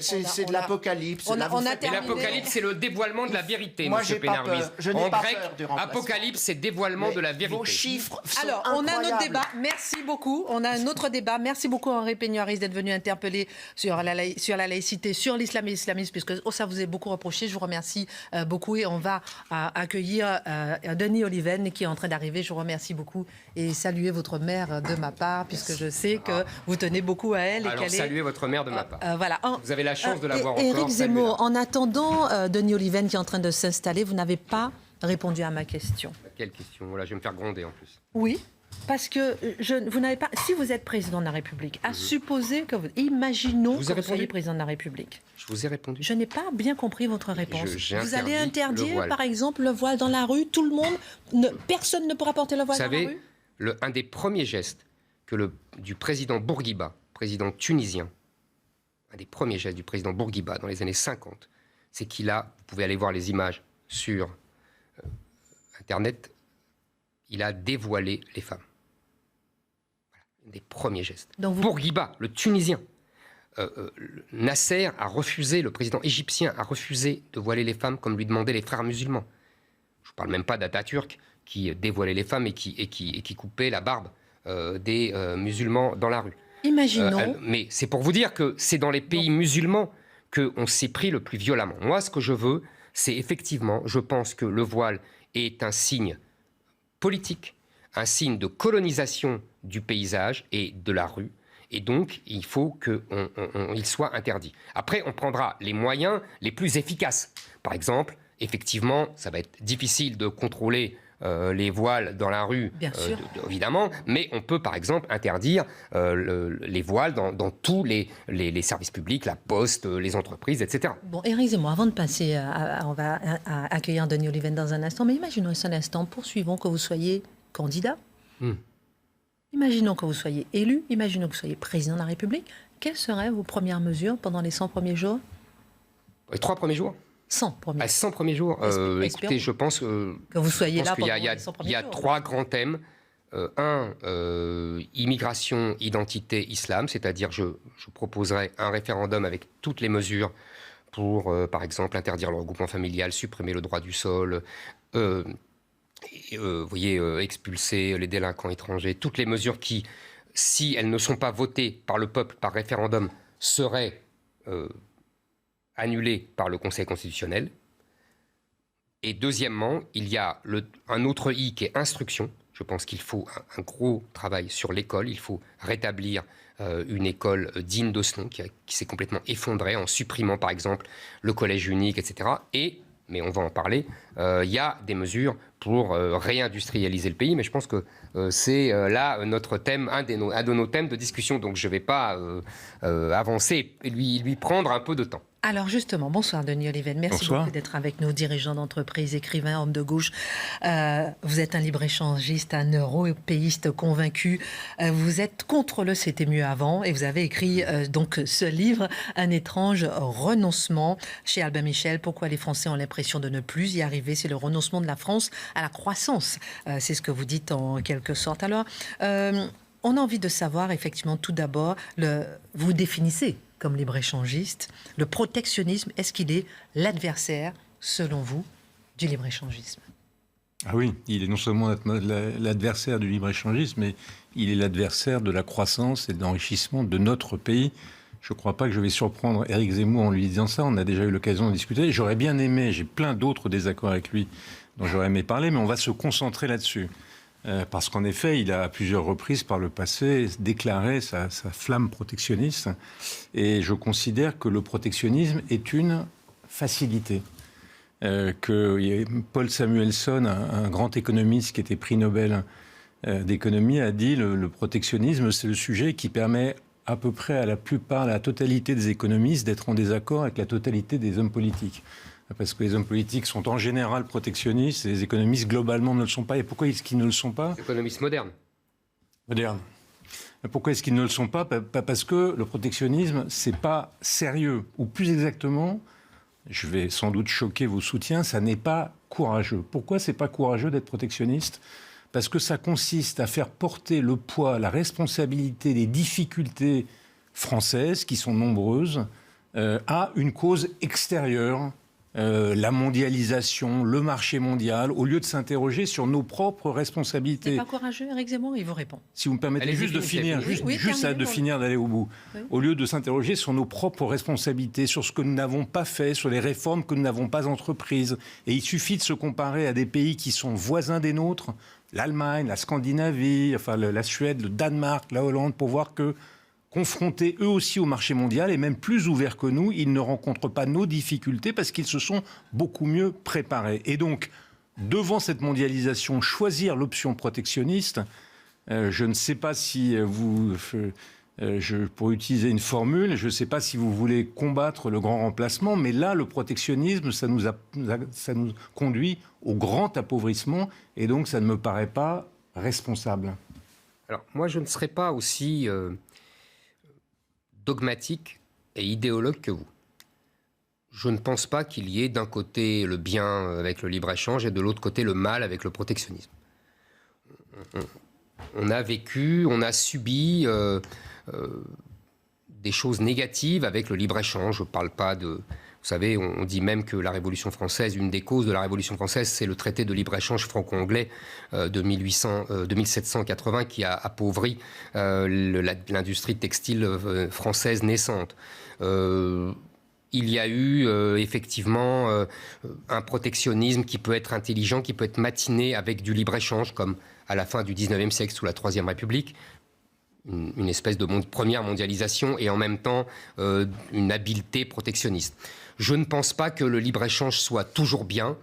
Il est dangereux pour ce qu'on appelait, vous savez, les économies en enfance, les économies débutantes. Vous connaissez cette théorie de Frédéric List comme moi. Et il favorise surtout les forts, les très forts.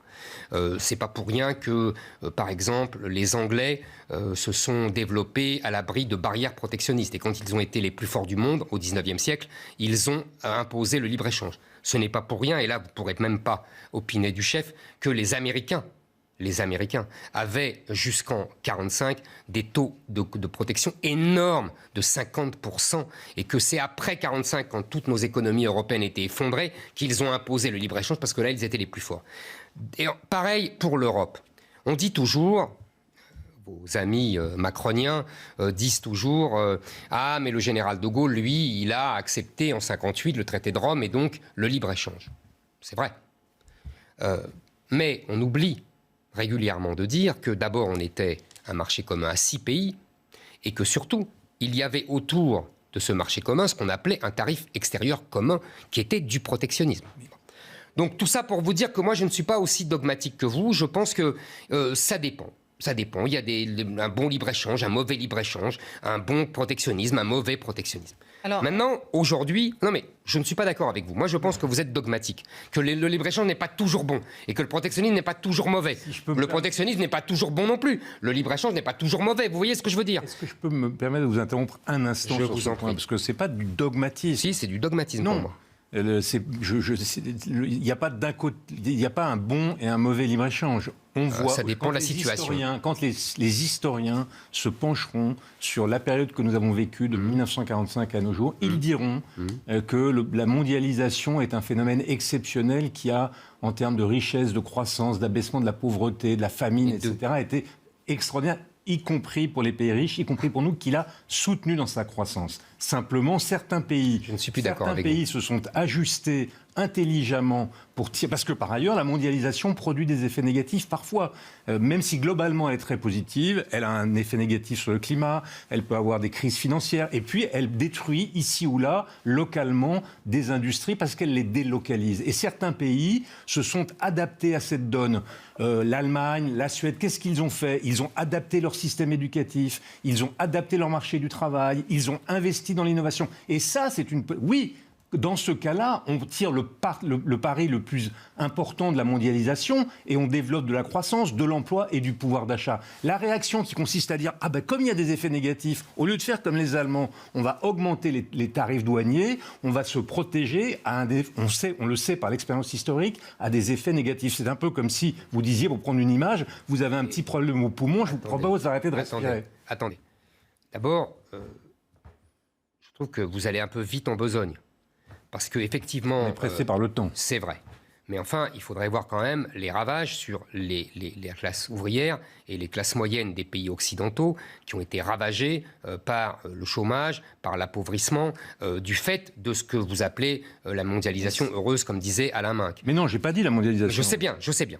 Maintenant, moi, je vous dis que c'est beaucoup plus subtil que ça et que vous passez un peu vite par pertes et profits les souffrances des gens, les conséquences des délocalisations, le chômage de masse, la misère, etc. dans les pays riches. Chez nous ? Chez nous, absolument. En France, chez nous, en France. Pas en Allemagne. Attendez, même en Allemagne, il y a eu un appauvrissement, etc. Même en Allemagne. Mais attendez, de toute façon, notre discussion est intéressante, mais théorique, puisque nous sommes dans la mondialisation, nous sommes en plus, avec l'Europe, les meilleurs élèves de la mondialisation, les plus naïfs, parce que je tiens à vous dire quand même que le libre-échange théorique est en vérité contrebattu par des tas de mesures pour plein de pays, pour beaucoup de pays. Les États-Unis sont très protectionnistes. Les Allemands sont en vérité très protectionnistes, très malins. Nous, les Français, nous sommes des naïfs, nous sommes des ingénus. Et la Commission de Bruxelles est l'ingénu en chef. Donc le libre-échange, et vous savez très bien qu'il y a des différences de normes, vous savez très bien qu'on joue là-dessus, que ce n'est pas seulement les tarifs douaniers. Mais de toute façon, on doit, effectivement, on n'a pas le choix puisqu'on a confié, pour moi c'était une erreur, mais c'est une autre discussion, à la Commission de Bruxelles notre responsabilité des négociations commerciales. Et on nous dit qu'à tous, à plusieurs, on sera plus fort. Ce qui est faux, parce qu'en vérité, finalement, on défend les intérêts de l'industrie la plus puissante, qui est l'industrie allemande. Et que, accessoirement, on va parler des intérêts français. Mais de toute façon, là où je serais d'accord avec vous, après tous ces préambules, parce que nous avons des désaccords théoriques. Et j'ai une question. Je pense effectivement qu'on doit être bien meilleur et on doit prendre des mesures pour s'adapter à cette concurrence féroce. On doit effectivement regarder ce que font les autres. Il n'est pas normal, et là je suis d'accord avec vous, que nous soyons dans la pire des situations. Il n'est pas normal que nous n'ayons plus d'excédent de balance commerciale depuis 2005, alors que tous les pays européens, à part l'Angleterre, en ont. Même l'Italie, même l'Espagne. Il n'est pas normal que, vous savez, quand on était jeunes, vous et moi, on nous apprenait que les déficits de la balance commerciale pouvaient être compensés par notre balance des services et que finalement, nous avions une balance des paiements excédentaire. Ce n'est plus le cas aujourd'hui. C'est une catastrophe. Nous avons une position extérieure nette, vous savez, la différence entre ce qu'on possède sur les autres et ce qu'ils possèdent sur nous, de négative de moins 695 milliards. Oui. Alors que les Allemands ont une position extérieure nette de 2770 milliards. Donc, je veux dire, là, la mondialisation nous a vraiment détruits parce que nous n'avons pas su y faire face. Je pense quand même que l'entrée de la Chine dans l'OMC en 2001, sans précaution et sans, comme ça, brutalement, a détruit, je pense que les calculs, c'est 1 million d'emplois. C'est pas mal quand même. Et la part d'industrie dans le PIB de la France est proche de celle de la Grèce. De 13%, alors que les Allemands ont maintenu à 24%. C'est ça que vous allez me dire. Je le sais d'avance et vous avez raison. Et même les Italiens ont maintenu à 20% de la part industrielle. Je pense que ce n'est pas seulement le libre-échange. Là, je suis d'accord avec vous. Mais c'est aussi, d'abord, la bêtise de nos élites, qui ont rêvé à je ne sais lequel industrie sans usine, qui ont rêvé que, comme ils disaient dans la fin des années 80, les Chinois fabriqueront des chaussettes et nous leur vendrons des Airbus. Je veux dire, une naïveté de nos élites incroyable. Je ne crois pas. Une jobardise de nos élites. Et aussi, mais on va en parler, l'adaptation de notre système fiscal, de notre système social. On va en parler. Je ne suis pas en désaccord avec cela. Je serais volontiers en parler. C'est pas la naïveté de nos élites, non pas que je défende nos élites, c'est que nous n'avons pas, depuis une quarantaine d'années, assumé des choix qui, par ailleurs, étaient des choix judicieux. Entrer dans l'Europe quand on est un petit pays comme la France, et qu'on est confronté à des géants que sont les États-Unis, Vous avez dit que les États-Unis prenaient des mesures protectionnistes, mais le poids du commerce international pour les États-Unis est beaucoup plus faible que le nôtre, parce que son marché est bien plus grand. On n'a pas les mêmes impératifs. Ils sont très déficitaires. Très déficitaire. Oui, mais ça pèse peu, c'est la moitié de notre... Allez dire ça aux ouvriers qui sont au chômage dans les usines américaines. Nous avons fait un choix raisonnable et rationnel qui était la construction européenne, l'union, la création d'un grand marché, qui est les 2/3 de notre commerce extérieur se fait au sein de la zone européenne. Ça nous a permis aussi de créer une stimulation pour notre innovation, notre adaptation, mais nous n'avons pas été au bout de ces choix. Et aujourd'hui, dire aux Français le sujet majeur, c'est la mondialisation, ou c'est un sujet où l'Europe, c'est à nouveau se nourrir d'illusions et retarder les ajustements que d'autres ont faits et qui leur permet d'avoir un commerce extérieur plus important que le nôtre, meilleur, plus positif et équilibré, mais sans avoir les effets. Tout à l'heure, vous avez dit la mondialisation a détruit des centaines d'emplois, y compris en Allemagne. Non, la mondialisation, elle a deux effets. Elle a un effet d'amélioration considérable du pouvoir d'achat de la classe ouvrière, des employés. Mais oui, quand vous achetez... Les chômeurs qui peuvent acheter, effectivement... Non, elle a un effet d'amélioration du... Pourquoi est-ce que la gauche a été autrefois favorable au libre-échange ? Parce que le libre-échange, c'est des produits, c'est des iPhones ou des smartphones à 200 €. Mais fabriqués où ? Oui, mais d'un autre, oui, mais ça c'est d'un côté le pouvoir d'achat et de l'autre, c'est quand on est capable de s'adapter, d'innover, de développer des industries nouvelles, la faculté de développer nous aussi nos produits pour l'exportation. Et nous n'avons pas fait l'autre. Pardonnez-moi, vous êtes dans l'angélisme. Moi, je vous répète, vous êtes dans l'angélisme. C'est l'angélisme des Scandinaves, c'est l'angélisme des Allemands qui n'ont pas du tout notre taux de chômage, qui ont une protection sociale importante, qui ont un appareil scolaire efficace. Ce n'est pas l'angélisme, c'est la politique courageuse de réforme. J'aimerais poser une question sur les dépenses publiques, messieurs. Justement, allez-y, posez votre question parce que je vais en parler. Les dépenses publiques de la France, elles ont atteint 62% du PIB en 2020. Est-ce que c'est soutenable ? Je vous pose la question, Éric Zemmour. Justement, c'est le sujet. Parce qu'une fois qu'on a discuté théorie, bien sûr. Moi je pense que M. Oliven est dogmatique, je ne suis pas comme lui, mais en tout cas, aujourd'hui, on est dans une situation où effectivement, nous devons faire des choix et nous ne les faisons pas.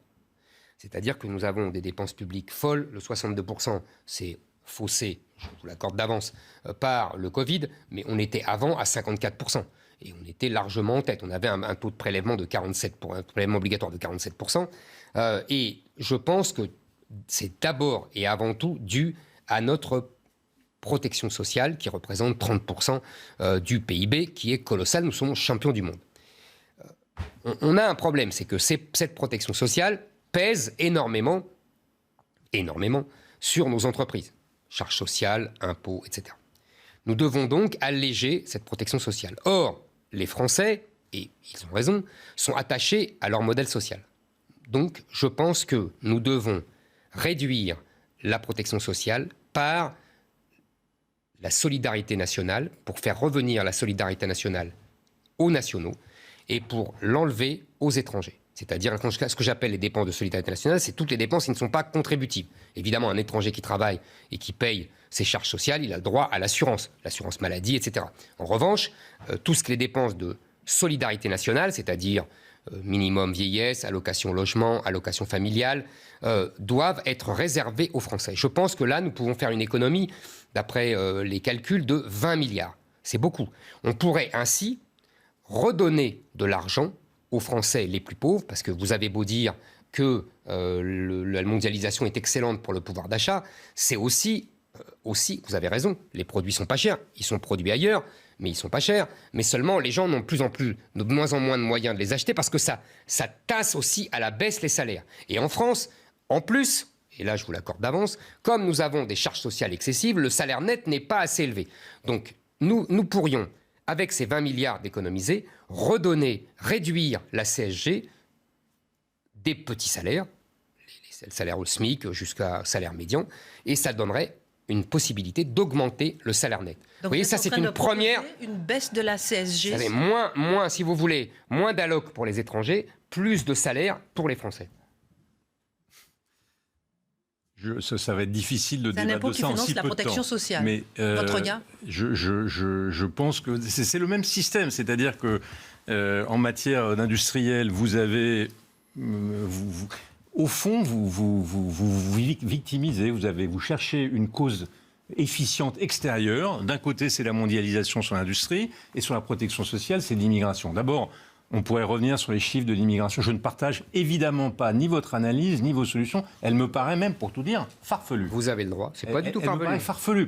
Pourquoi ? Parce que on vient d'avoir à nouveau une analyse de l'OCDE. On en a une tous les ans par différents laboratoires d'économie sur le coût et les charges de l'immigration. Et elle montre quoi ? J'ai regardé cette étude. Elle est complètement biaisée. Laissez-moi aller au bout, si vous me permettez. Non, mais elle vient après tant d'études. Ils sont biaisés. Tous les ans, il y en a eu. Biaisés. Et en gros, qu'est-ce qu'elle dit ? Elle dit que l'immigration coûte à peu près... Elle coûte à peu près 80 milliards d'euros par an, et elle nous rapporte à peu près 80 milliards d'euros par an, parce que les personnes dont vous dites qu'ils bénéficient de la solidarité, des mesures de solidarité, ils appartiennent en général à des ménages dont certains travaillent, Pardonnez-moi, non. Si, ils payent les chiffres sont terribles. Vous avez 8% de chômage en France, vous avez 24% de chômeurs parmi les étrangers extra-européens. Vous avez 13% d'inactifs en France, vous avez 40% d'inactifs parmi les étrangers extra-européens. Non. Si. Non. Si, monsieur Olivier. Vous avez très exactement, ça c'est les chiffres de l'INSEE, vous avez à peu près le même taux d'inactivité ou d'activité. Non, excusez-moi, non. Non. Bon, on vous mettra pas d'accord, on va regarder. Mais en tout cas, de toute façon, il n'y a pas que ce sujet-là. Il y a aussi, parce que pour l'industrie. Mais vous ne pourrez faire croire à personne, même si vous... Vous ne pourrez pas faire croire, c'est la vérité. D'abord, c'est les chiffres de l'INSEE, c'est pas moi. Mais vous n'arriverez... D'abord, il est pratiquement impossible de faire ce que vous préconisez. Mais pourquoi ? Oui. La baisse de la CSG. Mais non, parce que vous allez priver des gens qui sont régulièrement sur notre sol et qui contribuent à nos charges à travers les impôts de consommation, les impôts locaux, dont le mari travaille. Monsieur Oliven, comment attendez, allez-vous faire ça? Monsieur Oliven, un monsieur qui paye ses impôts, qui n'a pas d'enfant, il paye quand même pour l'éducation nationale. Donc, excusez-moi, et pourtant, il ne se plaint pas. Oui, c'est ça. Pour les allocations familiales... C'est le principe de l'universalité. Merci, je ne vous le fais pas dire. Eh ben voilà. Oui, bon, mais quelqu'un qui est sur notre sol et qui est arrivé de manière régulière et qui, par ailleurs, participe de différentes façons, qui contribue de différentes façons aux charges de la nation... Je vous le répète, il a le droit à ce qu'il contribue. On a le droit de choisir. Ça ne rompt pas le principe d'égalité, ça rompt pas le principe d'égalité. La solidarité nationale, elle est nationale. À supposer même que vous fassiez partir ces gens, parce que les systèmes de protection sociale ne les assureront plus. Vous perdrez autant de revenus que de charges. Votre problème de protection sociale sera le même. Et là, on n'est pas d'accord. Il est mensonger de dire aux Français, au lieu de faire les réformes de protection sociale qu'ont fait tous les autres pays, sur la maladie, sur la retraite, de faire ce que tous les autres pays ont fait. Mais ça n'empêche pas de faire des réformes sur la retraite. Mais ça n'empêche pas de porter, par exemple, l'âge de la retraite à 64 ans. L'Allemagne a 3 ou 4 points de PIB de moins de dépenses sociales. Elle n'a pas du tout utiliser les moyens que vous évoquez, et elle a une assurance maladie. On n'est pas obligé de faire comme les Allemands. Bon, j'avais une dernière question, on ne va pas la poser sur le réchauffement climatique, on n'aura pas le temps. Je vous remercie beaucoup. On n'est pas obligé. Et pour l'industrie, il n'y a pas que la mondialisation. Il faut effectivement baisser les impôts de production, par exemple, baisser beaucoup plus que ce qu'a fait le gouvernement. Il faut effectivement alléger les charges. Il faudrait même alléger les normes. On a un vrai problème, mais on n'aura pas le temps de parler d'environnement. On a un vrai problème de normes environnementales qui sont excessivement appliquées en France et qui fait que les entreprises délocalisent beaucoup plus. Vous ne craignez pas que la baisse de la CSG puisse rompre le principe d'égalité face à l'impôt ? Lionel Jospin avait été retoqué par le Conseil constitutionnel lorsqu'il avait touché. Je pense qu'on a le droit de baisser, de privilégier les bas salaires. C'est pas la première fois qu'on fait des exonérations de charges sociales pour les bas salaires. On va passer à la conclusion, le petit mot de la fin. Vous pouvez rester avec nous si vous voulez bien. Merci beaucoup, Denis Oliven, d'être venu interpeller Éric Zemmour sur l'économie. Éric Zemmour, dernier mot. Il nous reste 3 minutes pour terminer. Déjà, je vous ai mis ici, je vous donne toutes les questions que les téléspectateurs de Face à l'Info vous ont posées. Il y en a énormément que je n'ai pas pu poser, évidemment, je vous donnerai. Après, si je retiens un peu, qu'est-ce qu'on peut retenir de cette émission ? Qu'est-ce que vous retenez ? Je retiens la baisse de la CSG, c'est une proposition. Absolument. Que vous faites. Une proposition. C'est une proposition concrète, mais moi, ce que je veux qu'on retienne, c'est que c'est le sens de mon combat. C'est-à-dire que je pense qu'il faut lutter, Après, ça sera trop tard. Il faut lutter pour que la France reste la France. C'est tout. C'est l'essence essentielle du message que je veux transmettre. Au-delà, après, c'est des mesures, on peut discuter. Après, c'est de la philosophie économique, c'est toujours intéressant. Voilà, on peut discuter. Je pense que le sujet majeur, c'est est-ce que la France restera la France ou deviendra la terre d'un lieu de conflit qu'on a déjà, de 2 civilisations sur notre sol, et qu'il y en a une qui l'emportera et qui emportera notre pays vers ce que j'ai appelé un Liban en grand. Je ne sors pas de cela. C'est le sujet majeur. Après, si vous voulez, on peut parler, j'ai toujours plaisir à converser avec M. Oliven, on peut parler du déclin économique français, des solutions. Vous voyez, moi, il y a des solutions avec lesquelles je suis d'accord avec lui, il y a des solutions avec lesquelles je suis pas il est en désaccord avec moi, bon, très bien. Mais ça, c'est le déclin. Et c'est important, il faut le traiter rationnellement. Après, il y a la vie et la mort d'un pays et la vie et la mort d'une civilisation. C'est 2 sujets différents qu'il faut traiter également, mais l'un n'a pas l'importance de l'autre. C'est tout ce que je voulais dire. Étrange synchronicité, le 4 novembre 1965, Charles de Gaulle Allez-y, je vous écoute. déclarait sa candidature à la présidence de la République. Diable. Alors justement, je surtout n'en rien faire, parce qu'on va dire que je ne m'aimets pas dans Les le grand Charles. téléspectateurs de Face à l'info vous demandent, est-ce que vous vous déclarez Non, je ne me candidat déclarerai à pas la ce soir, en présidence? tout cas. Pas ce soir. Voilà. Vous avez prévu de vous déclarer? On verra bien. Vous inquiétez pas, je le ferai savoir. On ne s'inquiète pas. Tout le monde le saura. On pose la question. Oh, On m'interroge tellement que tout le monde le saura. Qu'est-ce qu'on peut vous souhaiter, Éric Zemmour? Dernier mot, dernière question. Une bonne santé. Une bonne santé. Vous manquez de santé? Non, Santé mais fragile. voilà, une bonne santé. Non, pas du tout, pas du tout. Mais vous me demandez qu'est-ce qu'on peut me souhaiter? Une bonne santé pour continuer à porter mon message qui, je crois, donne de l'espoir à des millions et des millions de Français. C'est ce qu'ils me disent partout où je vais, et ça me fait chaud au cœur. Et puis continuer à vendre vos livres? Ah ben évidemment, avec grand plaisir. J'aime vendre mes livres, évidemment. J'aime que les gens me lisent. J'écris pour ça depuis des décennies. En tout cas, merci d'avoir partagé avec nous votre éventuel programme. Merci à vu vous sur vos de m'avoir comptes reçu Twitter ici. que vous voulez créer un puissant ministère de l'Industrie. Vous avez beaucoup de projets. Vous ne vous êtes pas déclaré candidat, mais en tout cas, on sent que ça ne va pas